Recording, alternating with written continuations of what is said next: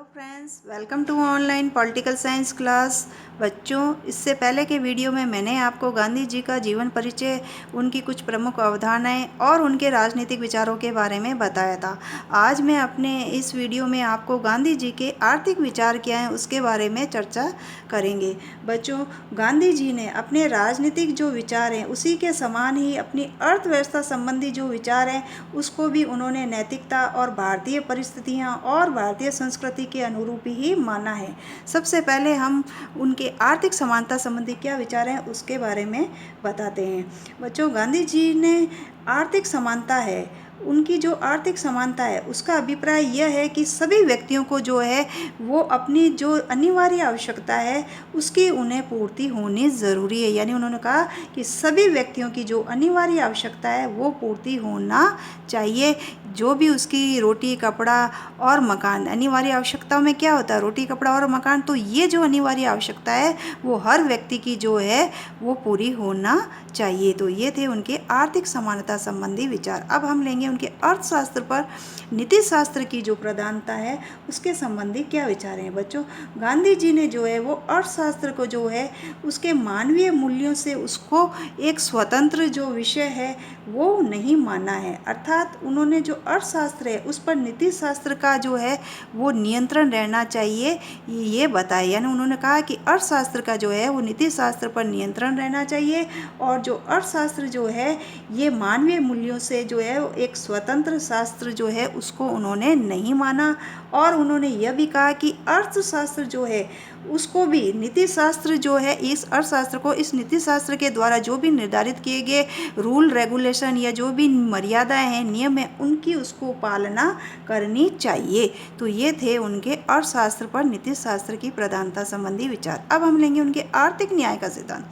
बच्चों, आर्थिक न्याय के सिद्धांत का अर्थ यह है कि समाज में जो प्रत्येक व्यक्ति यानी समाज का हर व्यक्ति जो है उसकी अपनी जो अनिवार्य आवश्यकताएं, उन आवश्यकताओं को जो है पूर्ण करने के लिए जो है वो नैतिक जो है उसके दायित्व, यानी हर समाज का जो है यह दायित्व है कि वो अपने समाज में रहने वाले व्यक्तियों की जो भी दैनिक आवश्यकताएं उसकी पूर्ति करे। और उन्होंने आर्थिक समानता है उसको आर्थिक न्याय के अनुकूल गांधी जी ने माना। यानी उन्होंने आर्थिक जो समानता है उसको आर्थिक जो न्याय है उसी के अनुरूप या उसके अनुकूल माना। अर्थात उन्होंने कहा कि इस सिद्धांत के अनुसार जो है हर व्यक्ति को जो है वो कुछ ना कुछ काम करने चाहिए। यानी उसको अपने जो है वो शारीरिक श्रम के द्वारा जो है वो जीविका का उपार्जन करना चाहिए और अपनी जो आर्थिक आवश्यकताएं हैं उसको भी जहाँ तक हो सके वो सीमित करे, लिमिट में रखे। अपनी जो भी आवश्यकताएं हैं उसको लिमिट में रखनी चाहिए और हर व्यक्ति को जो है अस्तेय व्रत का पालन करना चाहिए और साथ ही अपरिग्रह का जो व्रत है उसका भी पालन करने पर जोर गांधी जी ने दिया है। अब हम लेंगे गांधी जी के औद्योगिकरण पर उनके क्या विचार हैं। बच्चों, गांधी जी जो थे वो औद्योगिकरण है उसको व्यक्ति और समाज उन दोनों के लिए जो है उन्होंने पूरी तरह से उसको एक हानिकारक बताया, यानी नुकसानदेह माना। क्योंकि जो है ये इससे जो है औद्योगिकरण से जो है वो बेरोजगारी और केंद्रीकरण की जो प्रवृत्ति है वो उसके बढ़ेगी, यानी वो केंद्रीकरण की प्रवृत्ति को जो है वो बढ़ावा देगी। तो इसलिए गांधी जी ने जीवन भर जो है वो इसका विरोध किया, औद्योगिकरण का। अब हम लेंगे कुटीर उद्योगों का समर्थन। बच्चों, गांधी जी जो थे उन्होंने कुटीर उद्योगों का जो है वो समर्थन किया और यह कहा कि कुटीर जो उद्योग है उसी से ही जो विकेंद्रीकृत जो अर्थव्यवस्था है और विकेंद्रित जो समाज है उसकी रचना कर पाना संभव होगा। उन्होंने छोटे छोटे जो कुटीर उद्योग थे, ग्रामोद्योग जो थे गांव में, हस्तशिल्प जो उद्योग थे उसको जो है वो लगाने के पक्ष में गांधी जी थे और उनका उन्होंने बहुत ही समर्थन किया। अब हम लेंगे उनके ट्रस्टीशिप या संरक्षकता का सिद्धांत। बच्चों, गांधी जी आर्थिक विषमता जो है उसको उन्होंने मानव जाति के लिए एक बहुत ही घातक माना और यह कहा कि आर्थिक जो समानता है उसकी स्थापना के लिए सहयोग और अहिंसा पर आधारित जो ये ट्रस्टीशिप का सिद्धांत है, इस सिद्धांत का जो है वो प्रस्तुत करना बहुत ज़रूरी है। इसीलिए उन्होंने ट्रस्टीशिप का सिद्धांत जो है वो दिया और यह कहा कि हर व्यक्ति को जो है वो संपत्ति होगी, यानी हर एक व्यक्ति की जो अपनी संपत्ति है वो किसकी देन है, समाज की देन है। और धनी व्यक्ति को जो है वो संपत्ति का केवल क्या होगा, ट्रस्टी हो गए, यानी जो भी धनी व्यक्ति होगा जिसके पास धन दौलत होगी तो वो अपनी संपत्ति का केवल मात्र क्या है, ट्रस्टी या संरक्षक। इस सिद्धांत के अनुसार, यानी ये जो ट्रस्टीशिप का सिद्धांत है उसके अनुसार जो धनी लोग होंगे उसको अपनी इच्छा से यानी स्वेच्छापूर्वक ही ये समझ लेना चाहिए कि उसके पास जो भी धन है वह समाज की धरोहर है और उसमें केवल अपनी आवश्यकता की वो ही पूर्ति करे, यानी उसमें से धन में से उसको जितनी ज़रूरत है, आवश्यकता है, उतना वो खर्च करे, बाकी धन जो भी है वो एक समाज की धरोहर है, ये समझे। धनी व्यक्ति जो है वो अपने लाभ से, यानी एक धनी व्यक्ति जो भी अपने लाभ से जो संपत्ति उसको प्राप्त होगी, जो भी वो धन कमाएगा और उसको जो अपनी आवश्यकता है उसकी पूर्ति कर लेने के बाद जो है वो अपने बचे हुए धन को गरीबों में बांट दे, ये गांधी जी ने कहा। गांधी जी ने ये कहा है बच्चों कि एक धनी व्यक्ति को, एक पूंजीपति जो है उसको अपने लाभ से जो भी संपत्ति प्राप्त होगी और अपनी आवश्यकता की पूर्ति कर लेने के बाद उसे बचे हुए धन को गरीबों में बांट देना चाहिए। ये था उनके ट्रस्टीशिप का सिद्धांत, बहुत इंपॉर्टेंट है, कई बार एग्जाम में पूछा गया है। अब हम लेंगे उनके शारीरिक श्रम का सिद्धांत। बच्चों, गांधी जी कहते हैं कि जीविका उपार्जन के लिए जो है हर व्यक्ति को जो है अपना शारीरिक श्रम करना चाहिए, यानी उन्होंने शारीरिक श्रम की आवश्यकता पर बहुत ज़्यादा जोर है वो दिया और यह कहा कि उन्होंने जो ये विचार हैं वो टॉलस्टॉय और रस्किन से ही प्राप्त किया था और प्रत्येक व्यक्ति जो है उसको अपनी जीविका का उपार्जन जो है वो शारीरिक श्रम के द्वारा ही करना चाहिए, यानी जो भी वो कमाए वो अपने शारीरिक श्रम के द्वारा ही कमाए, ये गांधी जी ने कहा। तो ये थे उनके आर्थिक विचार। अब हम बच्चों गांधी जी के लेंगे सामाजिक विचार। उसमें सबसे पहले लेंगे वर्ण व्यवस्था का आधार। बच्चों, गांधी जी ये कहते हैं कि मनुष्य के जो है वो 4 प्रकार के कार्य थे, सार्वजनिक जो है मानव के कुछ 4 प्रकार के कार्य जो है वो उन्होंने बताया है। सबसे पहला जो कार्य जो था वो ये था कि विद्या दान करना, यानी शिक्षा देना, विद्या दान करना। एक अध्यापक जो है वो पढ़ाता तो क्या करता है, विद्या का दान करना। और दुखी को बचाने, यानी कोई भी व्यक्ति दुखी है तो उसको उसके दुख से बचाना। खेती और व्यापार करना तथा शरीर की मेहनत से जो है वो सेवा करना, यानी अपने शरीर के द्वारा मेहनत करके जो है किसी की सेवा करना। तो ये 4 प्रकार के जो वर्ण थे वो इसी आधार पर है वो बने।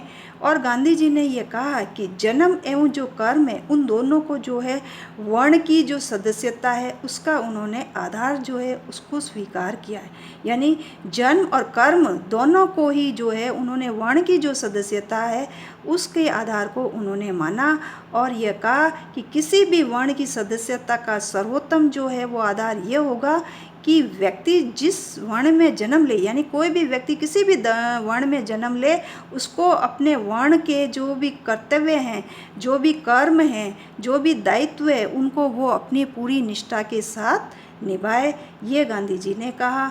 और यह कहा कि वह उसी से ही के अपने वर्ण और कर्तव्यों के जो है दायित्व है उसको एक सामाजिक सेवा के रूप में अपनाए, यानी सामाजिक सेवा के रूप में उसको अपनाने पर जोर गांधी जी ने दिया था।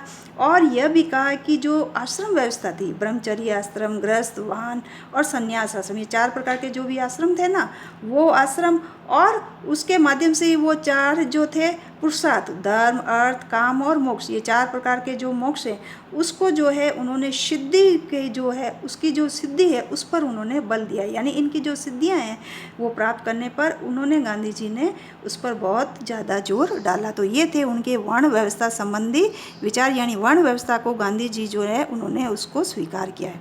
अब हम लेंगे अस्पृश्यता संबंधी गांधी जी के विचार, यानी अस्पृश्यता निवारण संबंधी उनके क्या विचार हैं। बच्चों, गांधी जी ने अस्पृश्यता जो है उसको, इस प्रथा को जो है इसका विरोध किया और विरोध करते हुए उन्होंने ये कहा कि ये अस्पृश्यता जो है वो एक हिंदू धर्म है, उसके लिए कलंक है, यानी अस्पृश्यता को उन्होंने हिंदू धर्म के लिए कलंक बताया और कहा कि अस्पृश्यता की जो प्रथा है वो ईश्वर और मनुष्य इन दोनों के प्रति जो है अपमान है और इसका जो है वो हिंदू शास्त्रों ने कोई समर्थन भी नहीं किया, यानी हिंदू शास्त्र जो है वो अस्पृश्यता का जो है वो समर्थन नहीं किया। यानी छुआछूत की भावना का हिंदू शास्त्र में कहीं नहीं लिखा है कि किसी भी धर्म जाति के प्रति जो है छुआछूत की भावना है वो रखी जाए, तो यानी ये कहीं नहीं लिखा। इसलिए उन्होंने कहा कि किसी के छुआछूत की भावना नहीं रखे और जो है उसको छुआछूत की भावना को दूर करने का जो है वो गांधी जी ने प्रयास किया और इनके उद्धार के लिए जो है बहुत ही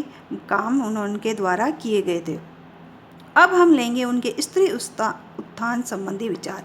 बच्चों, गांधी जी जो थे वो समाज में जो कुरीतियाँ व्याप्त थी, पहले पुराने समय में जो समाज की जो भी कुरीतियाँ थी, जैसे स्त्रियों के लिए जो है वो बाल विवाह कर देना, उनका प्रथा प्रथा और दासी प्रथा जो थी, दास बना के रखने की, और बहु प्रथा है, जो भी ये प्रथाएं थी, कुरीतियाँ, उन कुरीतियों का गांधी जी ने बहुत ही जो है वो विरोध किया।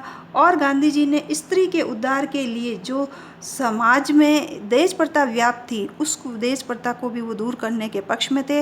उन्होंने कहा कि स्त्री का उत्थान तभी हो सकता है जब समाज में देश प्रथा का जो जैसी कुरीति है वो दूर होगी, क्योंकि ये उसके उत्थान में बाधक सिद्ध हो रही है, इसलिए वो उसके दूर करने के पक्ष में थे। और उन्होंने स्त्रियों को शिक्षित भी करना चाहा, यानी वो स्त्री शिक्षा के प्रसार पर भी उन्होंने बल दिया कि स्त्री जब शिक्षित होगी तभी उसका उत्थान होगा और समाज की जो ये कुरीतियाँ हैं वो दूर हो सकेगी। अब हम ले रहे हैं उनके सांप्रदायिक एकता संबंधी विचार। बच्चों, गांधी जी के जो सांप्रदायिक एकता संबंधी विचार थे वो उनकी सर्वधर्म समभाव जो का विचार था या जो नीति थी उस पर आधारित थी और उसी की एकता और सद्भावना पर ये उनके विचार आधारित थे। गांधी जी ने कहा कि एक जो राज्य है उसका अपना कोई धर्म नहीं होता है, उसके लिए सभी धर्म जो है वो समान है और सभी धर्मों को जो है वो प्रति उसकी निष्ठा भी एक जैसी रखनी चाहिए। किसी भी विशिष्ट धर्म को जो मान्यता वो नहीं देनी चाहिए और हिंदू, मुस्लिम, सिख, चाहे कोई भी हो, किसी भी जाति का, उसके प्रति जो है वो समानता रखनी चाहिए। अन्यथा जो है वो क्या होगा, समाज में सांप्रदायिक जो है वो झगड़े होंगे और हिंसा होगी। तो उन्होंने सांप्रदायिक एकता का जो है वो कहा कि वसुदेव कुटुंब की जो भावना है, एकता की जो भावना है, उस पर उन्होंने जोर दिया कि सभी जो चाहे वो किसी भी जाति का हो, हिंदू, मुस्लिम, सिख, ईसाई कोई भी हो, सब एकजुट होकर है, उसकी एकता पर जो है उन्होंने जोर दिया है। अब हम लेंगे गांधी जी के शिक्षा संबंधी विचार। बच्चों, गांधी जी ने अपनी जो शिक्षा योजना है उसको दो भागों में बांटा था, बुनियादी शिक्षा और उच्च शिक्षा। वहीं इन्होंने अपनी बुनियादी जो शिक्षा है इसको भी दो भागों में बांटा, प्राथमिक शिक्षा और माध्यमिक शिक्षा। जो प्राथमिक शिक्षा थी वो गांधी जी के अनुसार जो है वो मातृभाषा में देनी चाहिए और बच्चों को ये पूरी तरह से निःशुल्क हो और अनिवार्य शिक्षा हो, इस तरह की शिक्षा वो देने के पक्ष में थे। तथा उन्होंने इसको दस्तकारी या बुनियादी जो दस्तकारी है, कौशल जो शिक्षा है उसके देने के पक्ष में, यानी खेल खेल में जो शिक्षा है वो दी जाए और सिखाया जाए बच्चों को, जो है हुनर है, हस्त उद्योग है, उसके बारे में कुछ सिखाया जाए ताकि वो अपनी शिक्षा पूर्ण करने के बाद कोई जीविका उपार्जन कर सके। तो इस शिक्षा के देने के वो पक्ष में थे और मातृभाषा में शिक्षा दी जाए इसके भी वे पक्ष में थे। तथा उन्होंने जो ये कहा है कि जो उच्च शिक्षा है, अब उनके जो उच्च शिक्षा संबंधी विचार है उसके बारे में उनका ये कहना है कि तकनीकी और इंजीनियरिंग के जो सभी कॉलेज हैं उनको, उनसे संबंधित जो उद्योग है उससे उसको जोड़ा जाना चाहिए और वे उद्योग ही वो उसकी शिक्षा का जो भी होगा आर्थिक लाभ वो खुद ही उठाएंगे। तो ये गांधी जी ने कहा। तथा वाणिज्य और व्यवसाय के जो कॉलेज है उसका भी जो भी खर्चा होगा वो भी वे ही जो विभिन्न अलग अलग जो उद्योग हैं वही उठाएंगे उन कॉलेजों का व्यय भी। गांधी जी के अनुसार बच्चों, जो राज्य है उसको विभिन्न कॉलेजों और विश्वविद्यालयों का जो खर्चा है वो उठाना नहीं पड़ेगा, यानी राज्यों को जो है उन्होंने कहा कि वो कॉलेज और विश्वविद्यालयों का खर्चा नहीं उठाएंगे और जो है वो उच्च शिक्षा जो है उसको देने का माध्यम जो है वो मातृभाषा में होगा, अंग्रेजी भाषा में शिक्षा देने के वे पक्ष में नहीं थे। यानी उन्होंने कहा कि उच्च शिक्षा का जो माध्यम है वो मातृभाषा में होना चाहिए और या संबंधित जो प्रांत की भाषा है उसमें उसको दी जानी चाहिए। तो ये थे गांधी जी के शिक्षा संबंधी विचार। तो इस तरह से हमारा यूनिट 5 कंप्लीट हो गया, महात्मा गांधी जी का टॉपिक कंप्लीट हो गया और हमारा पॉलिटिकल साइंस का सेकंड पेपर का सिलेबस भी इसके साथ ही कंप्लीट हो जाता है। Thank you.